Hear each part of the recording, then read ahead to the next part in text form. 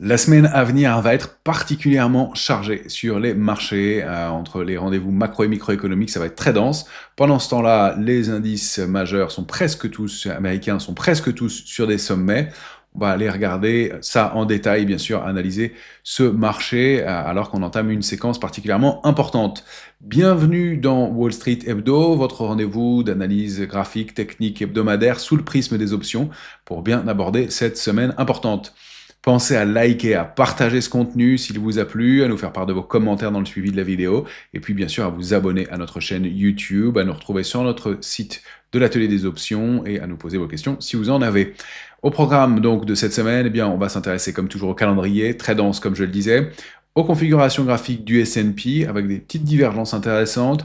On va aller jeter un œil du côté du pétrole, le crude qu'on avait regardé la semaine dernière qui a commencé à entamer un mouvement haussier. On va aller voir les enjeux graphiques et techniques. On va bien sûr aller regarder ensuite en détail les publications des GAFAM. Et on terminera comme chaque semaine par un cas d'école.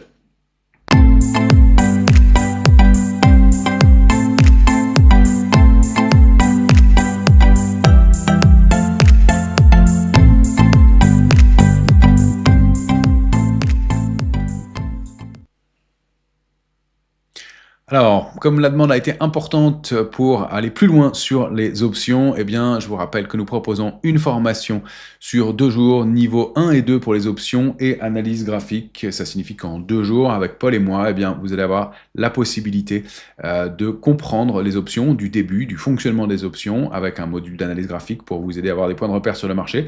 Puis avec une deuxième journée plus complète où on va en détail passer sur différentes stratégies et puis la mise au point, la mise en place réelle, technique, pratique sur des plateformes de ces différentes stratégies et de ces différents éléments. Donc pour vous inscrire, vous aurez le lien dans le descriptif de la vidéo, c'est le 12 et le 13 mai, il reste quelques places, donc bienvenue si vous voulez, et bien sûr posez-nous vos questions si vous en avez sur le sujet. Pour ce qui est de la semaine à venir, le calendrier va être dense, comme je le disais. Côté macro, on aura demain mardi la confiance du consommateur, je ne m'arrête pas dessus. C'est surtout la décision de la Fed sur les taux mercredi. Inchangé attendu à ce stade à 99,5%. En revanche, le discours, bien sûr, de Jérôme Powell qui va s'en suivre va être important. Et donc, les éléments pour les rendez-vous à venir.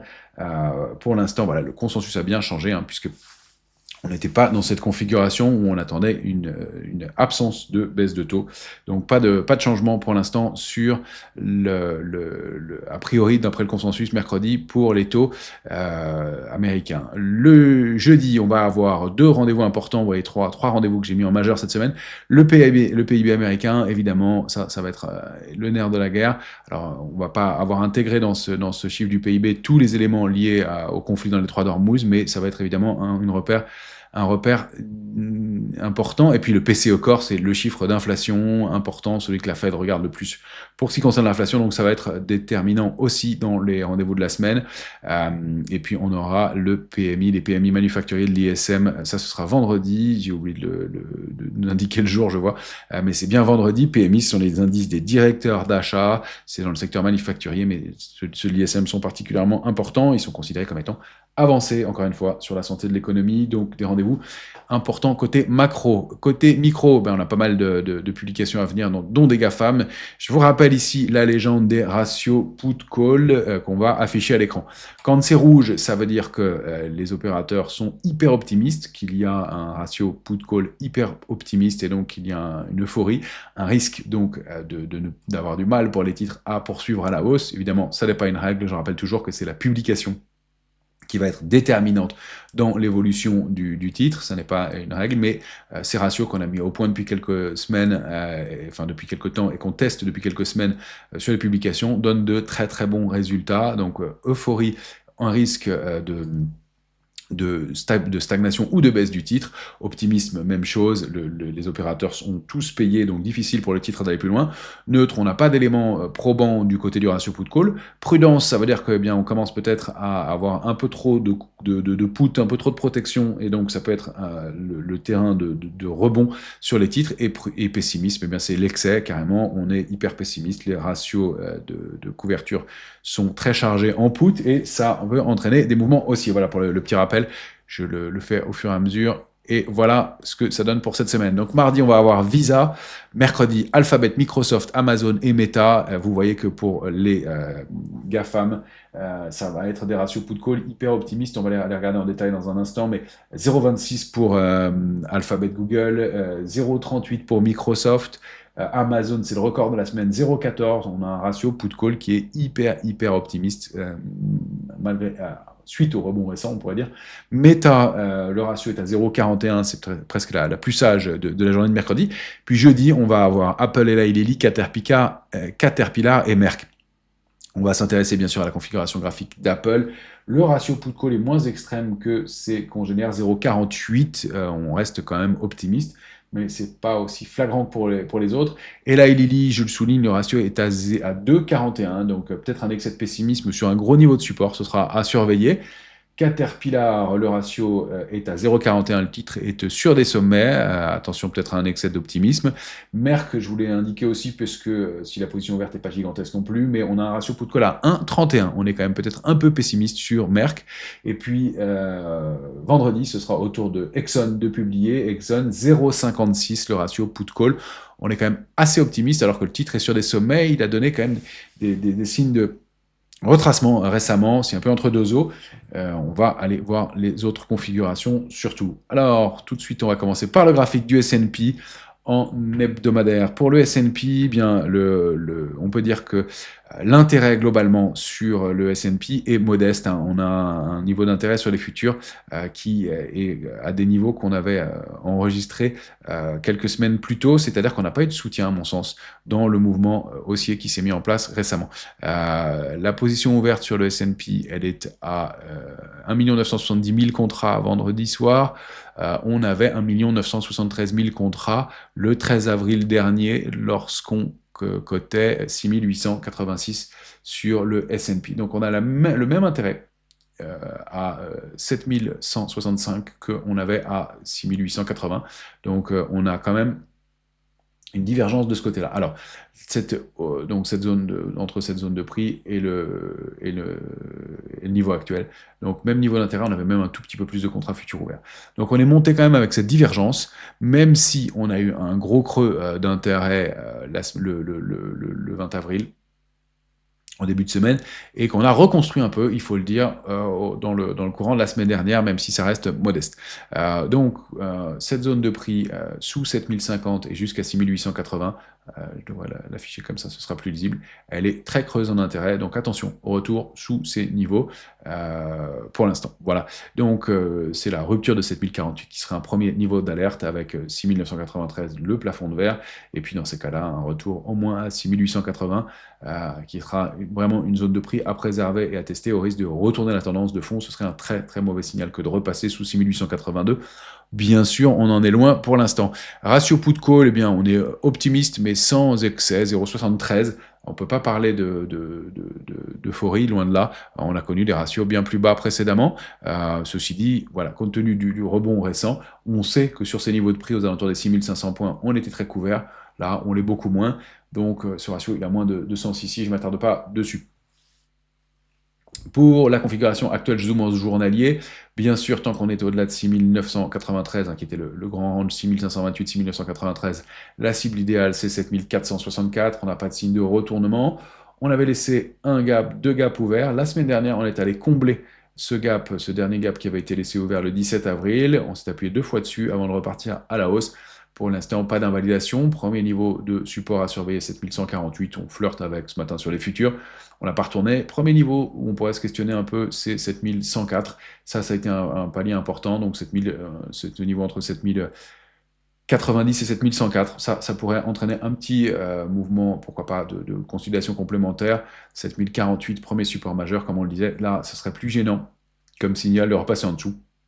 Ça veut dire que ce gap qui a été testé deux fois et préservé serait enfoncé, donc des risques d'accélération baissier dans des proportions raisonnables. On n'a pas de figure graphique très précise, si ce n'est qu'on peut constater qu'on a un peu pas de désorientation majeure, mais on est peut-être en train de former des plus hauts de plus en plus hauts, des plus bas de plus en plus bas dans une toute petite figure.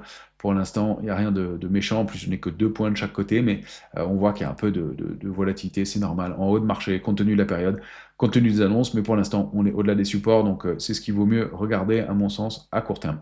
Voilà pour le S&P, pas beaucoup d'autres éléments à vous donner, vous avez les extensions ici, hein, le prochain gros niveau, 7243, et puis les niveaux intermédiaires, 291, 325 avant, pourquoi pas cette cible à 464. Je ne sais pas si on aura le momentum pour ça, c'est la semaine de publication qui va nous en dire beaucoup plus. Ce que je voulais vous montrer quand même qui est intéressant, c'est que je suis allé voir l'ETF, donc le SPY de son petit nom, c'est le plus gros ETF sur le S&P, et on a quand même une divergence qui m'interpelle. Ici, autant, je vous disais, la position verte n'a pas vraiment accompagné le mouvement précédent, autant les volumes ont été relativement soutenus. Voilà, je cherche à ajouter un indicateur pendant que je vous parle. Étaient relativement soutenus sur l'indice S&P. Mais regardez, sur le SPY, sur l'ETF, on n'a aucune participation dans ce mouvement. Autant on a eu un sell-off la semaine du 23 mars, un peu dans le rebond de volume, un peu dans le rebond de la semaine du 30 mars, mais depuis 3 semaines, les 3 dernières semaines, le volume est en baisse systématique. On a vraiment une grosse divergence de ce côté-là. Donc on rejoint un peu notre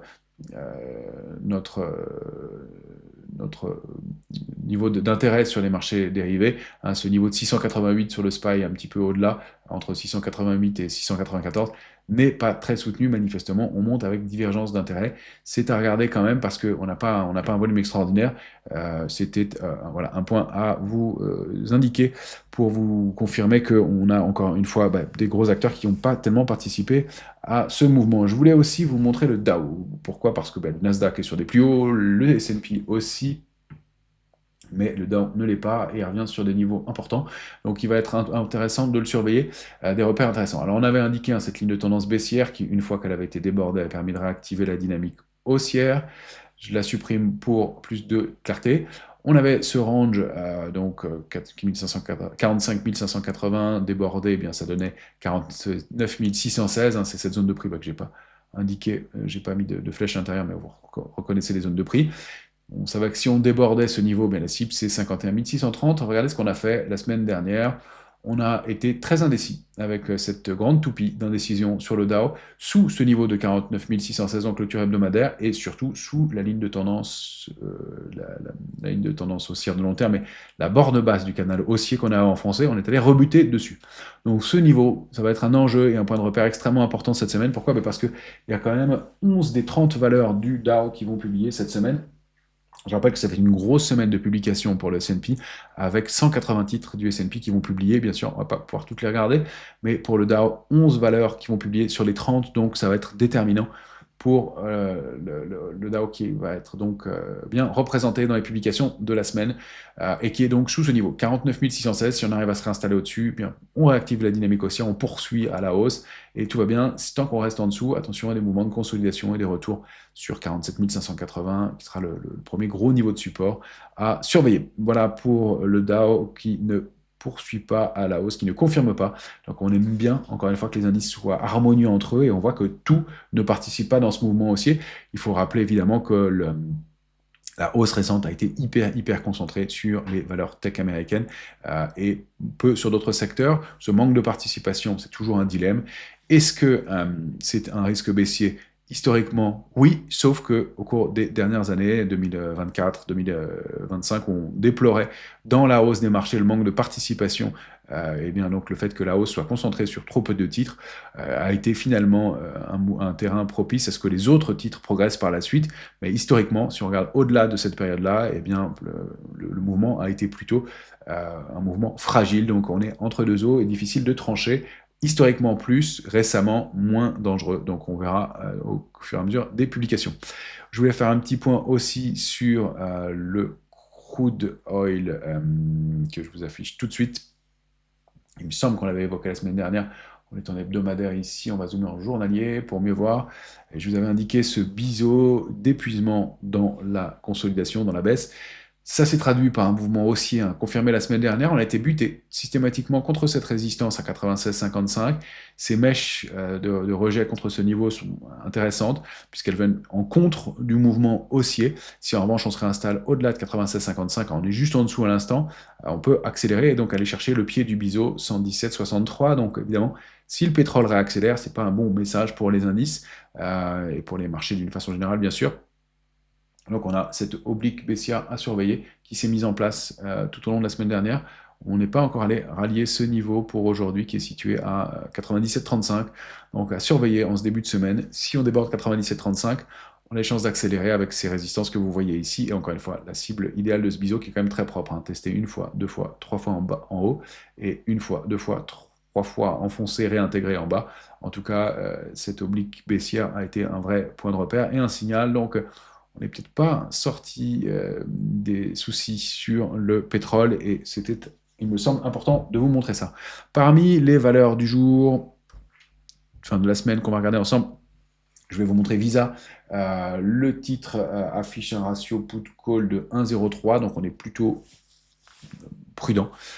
Et surtout, on vient sur un niveau de support important. Visa, elle vient de tester la ligne de tendance haussière qui était active depuis novembre 2023, testée en juillet et août 2024. Et ce gros niveau de support à 293,89 sur lequel on vient de s'appuyer. Donc peut-être un excès de pessimisme, cette bougie d'indécision aussi sur ce niveau de support. Et puis en zoomant, on voit qu'on a peut-être on a cet extrait la semaine, il y a 2 semaines, de cette ligne de tendance baissière testée en janvier, février et mars, euh, sorti par le haut après une réaction sur ce gros niveau de support. Donc peut-être du mieux pour Visa pour aller chercher cette résistance à 332,98 et 363,82.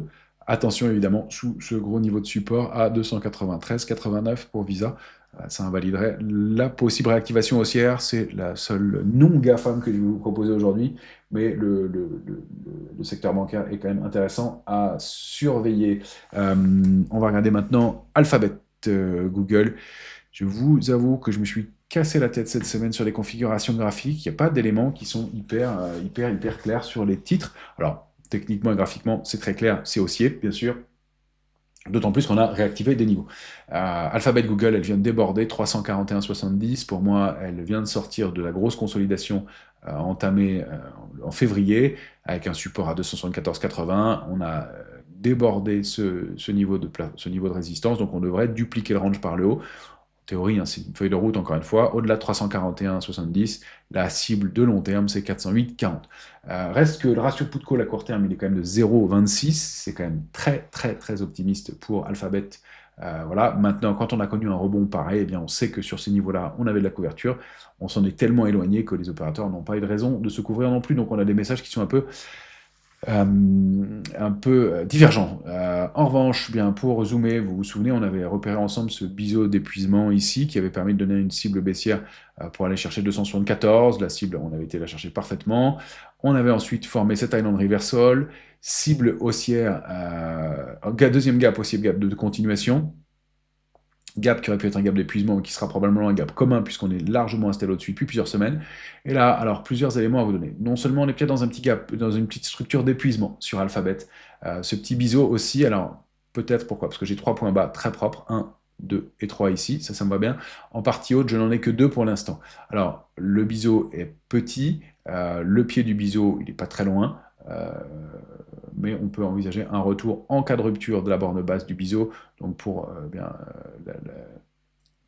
on va mettre la journée de mercredi, si on rompait ce niveau de 339,20 et le gros support à 340,70, on pourrait revenir sur le pied du biseau. Le pied du biseau est ici, donc 324,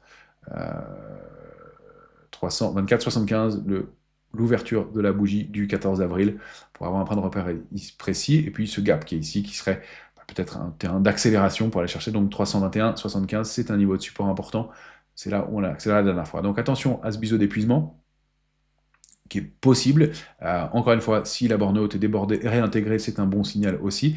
Tant qu'on est au-dessus de 341,70, on est haussier, 355,60, 366, les extensions.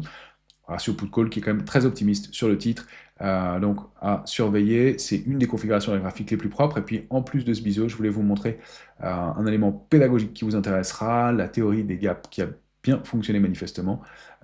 Quand on forme un gap de rupture, que le gap suivant est bien ouvert comme ça, c'est probablement un gap de continuation. On peut tracer, alors selon son modèle, moi j'utilise les ouvertures et les clôtures des bougies, mais l'ouverture de la bougie du 31 mars et le pied du gap, donc je duplique je prends l'écart entre ce niveau-là et le bas du gap de continuation, et en dupliquant ce mouvement par le haut, on arrive à obtenir normalement la cible que nous donne ce gap de continuation. Le gap de continuation, je rappelle qu'il est censé indiquer la mi-parcours du mouvement haussier, et regardez où est-ce qu'on arrive sur Alphabet, donc pile le niveau testé la semaine dernière. Alors en pré-ouverture, on est peut-être au-dessus pour l'instant, mais en tout cas 344,70, c'était le niveau indiqué par cette théorie des gaps.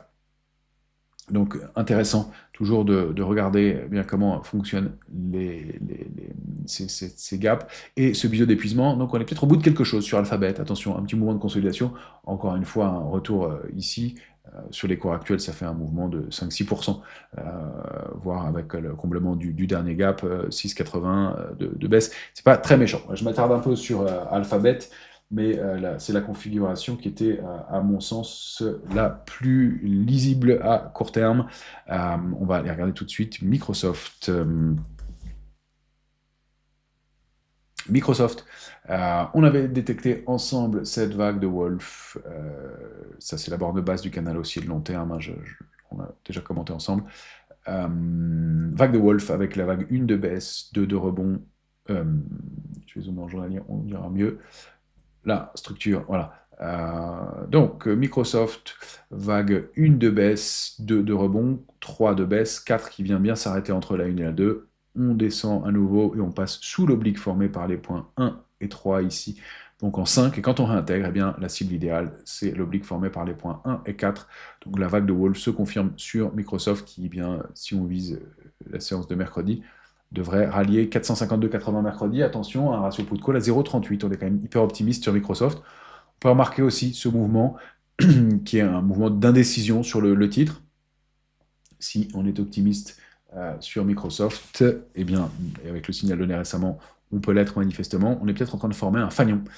Figure aussi haussière très fiable sur Microsoft. Regardez la configuration avec donc ici une accélération haussière, une petite pause sous forme de fanion, et on réactivera la dynamique haussière à la sortie de ce fanion, alors peut-être aujourd'hui, avec en mire dans ce cas-là une zone cible située avec la duplication du fanion par le haut, au-delà de 463, hein, 471, 470, 70, selon le moment où on sortirait de ce fanion. Donc accélération haussière, petite pause avec des volumes en baisse, et puis réactivation haussière, pourquoi pas. Donc ça reste haussier pour Microsoft graphiquement, même si, encore une fois, on est prudent avec ce ratio put-call. Alors, est-ce qu'on va les consolider un peu plus, stabiliser au-delà de 409 sur le titre avant de repartir à la hausse, et eh bien, pourquoi pas.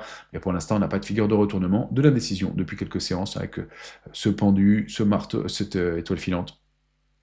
Et puis depuis un peu de volatilité, encore une fois, c'est pas méchant compte tenu du mouvement précédent. Ça reste haussier, même si le potentiel est relativement consommé déjà. Voilà pour Microsoft. Je voulais vous montrer bien entendu Meta. Meta, alors c'est la plus illisible de toutes graphiquement. Pour être honnête, j'ai vraiment cherché. On a des zones de prix, on va dézoomer en mensuel pour commencer, pour essayer d'avoir des points de repère. Meta, elle est située au-dessus de cette oblique systématiquement depuis maintenant juillet 2024. À regarder pour du long terme, on est coincé sous ce gros niveau de résistance à 690,16 et au-delà de ce support à 647. Les figures graphiques sont vraiment bien illisibles. On avait un range qui était relativement propre entre donc 593 et puis 690, qu'on a débordé par le haut, on est sorti, on l'a débordé aussi par le bas. On a beaucoup, à mon sens, de volatilité et d'indécision sur le titre pour l'instant. On est calé au plus court entre 630 et 690,16, c'est ça qu'il va falloir regarder, avec un ratio put-call à 0,41, donc assez optimiste. On n'est pas au niveau d'euphorie d'Amazon, mais assez optimiste. Et donc la sortie de cette zone de prix devrait nous donner des cibles graphiques qui sont situées entre 737 et 750 à la hausse, et puis à la baisse, dans ce cas-là, un niveau de prix qui est situé autour d'un niveau de support intermédiaire à 569, l'extension 546. Difficile d'analyser, j'ai pas de figure graphique propre sur Meta, quel que soit l'horizon de temps, des signaux qui sont un petit peu contradictoires. Je m'attarde pas sur le titre, qui a un ratio put-call optimiste, mais sans plus pour l'instant. qui est quand même un sous put call très optimiste, quand même, malgré tout. Apple, qui sera la dernière de cette semaine à publier, mais je passerai ensuite à Amazon. Apple, pareil, ratio put call qui n'est pas extrême 0,48, on est quand même très optimiste, mais on n'est pas en euphorie.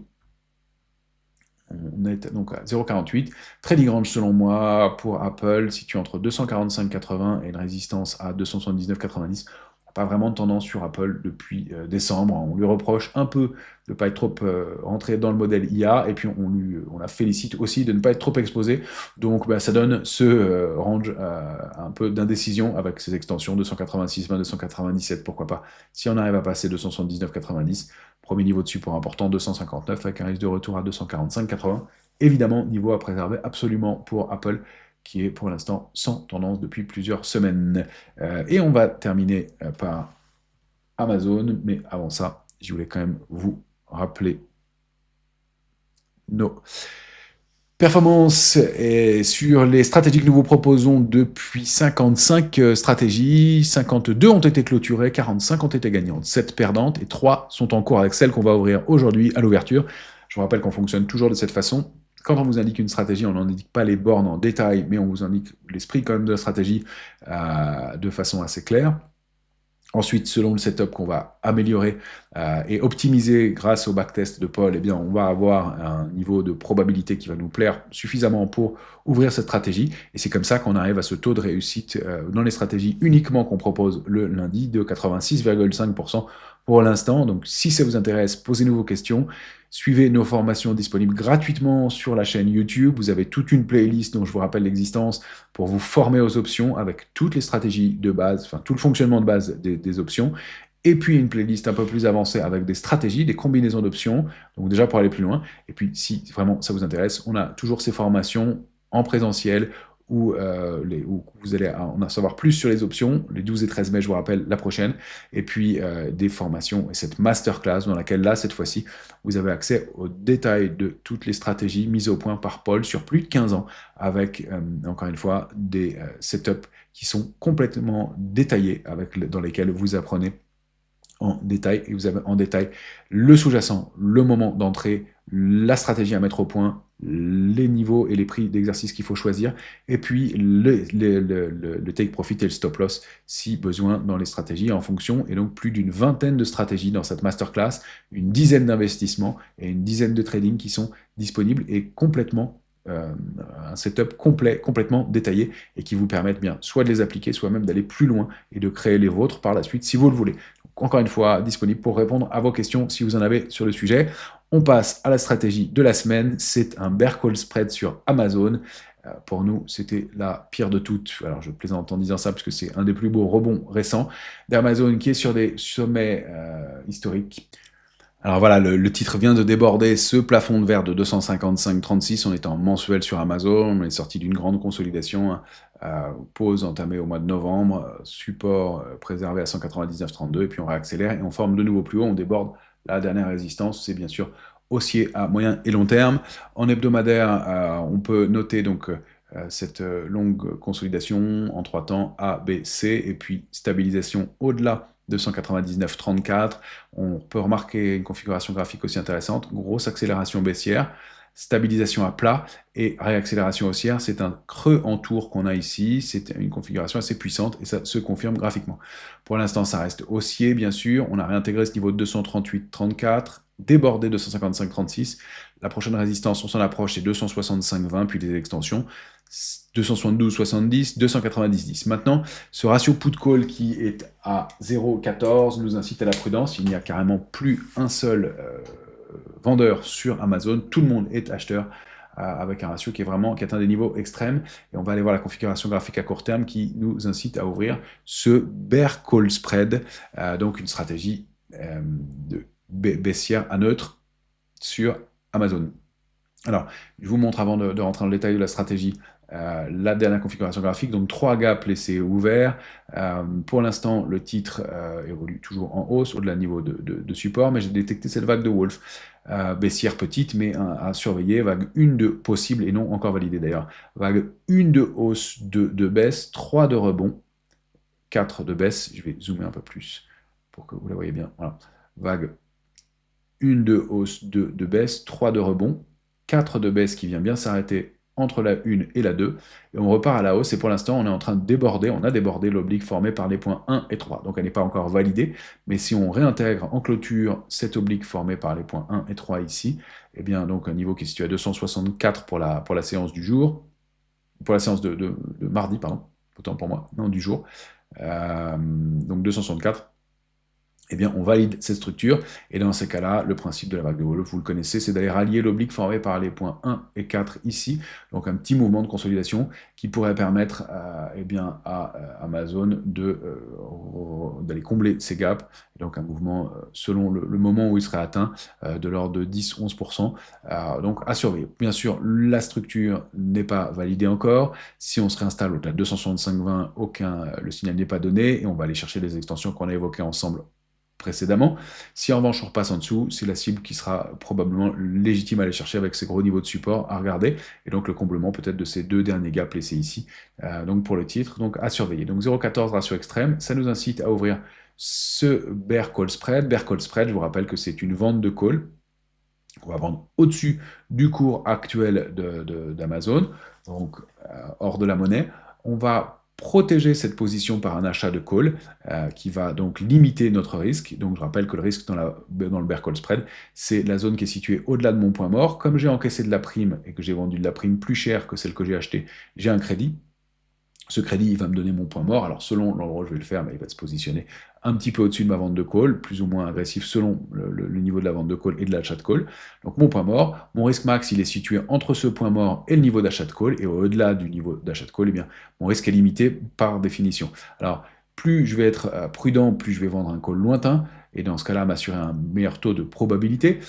Donc, si je vends mon call plus haut, je vais encaisser moins de primes, et puis je vais donc protéger ma position selon mes critères, avec un achat qui va être plus ou moins proche. Plus je vais être proche, plus je vais être protégé, moins j'aurai de risques, mais évidemment plus l'achat va me coûter cher, et donc plus je vais devoir, plus moins je vais avoir de crédit, plus je vais éloigner mon call, moins il va me coûter cher, mais plus je vais avoir de risques dans ma stratégie, donc dans cette zone de prix située au-delà de mon point mort, et jusqu'à mon achat de call. Le principe, c'est que on considère que le titre Amazon ne débordera pas au cours de la période que nous avons choisie, backtestée, une probabilité suffisante pour que le titre reste sous ce niveau de prix pendant cette période-là. Donc encore une fois, le titre peut progresser un peu, stagner ou baisser pour nous. Tant qu'on est sous cette zone de vente de call et sous mon point mort, la stratégie va être gagnante. Et donc c'est tout l'intérêt, encore une fois, ici des options, être gagnant dans 2 cas sur 3.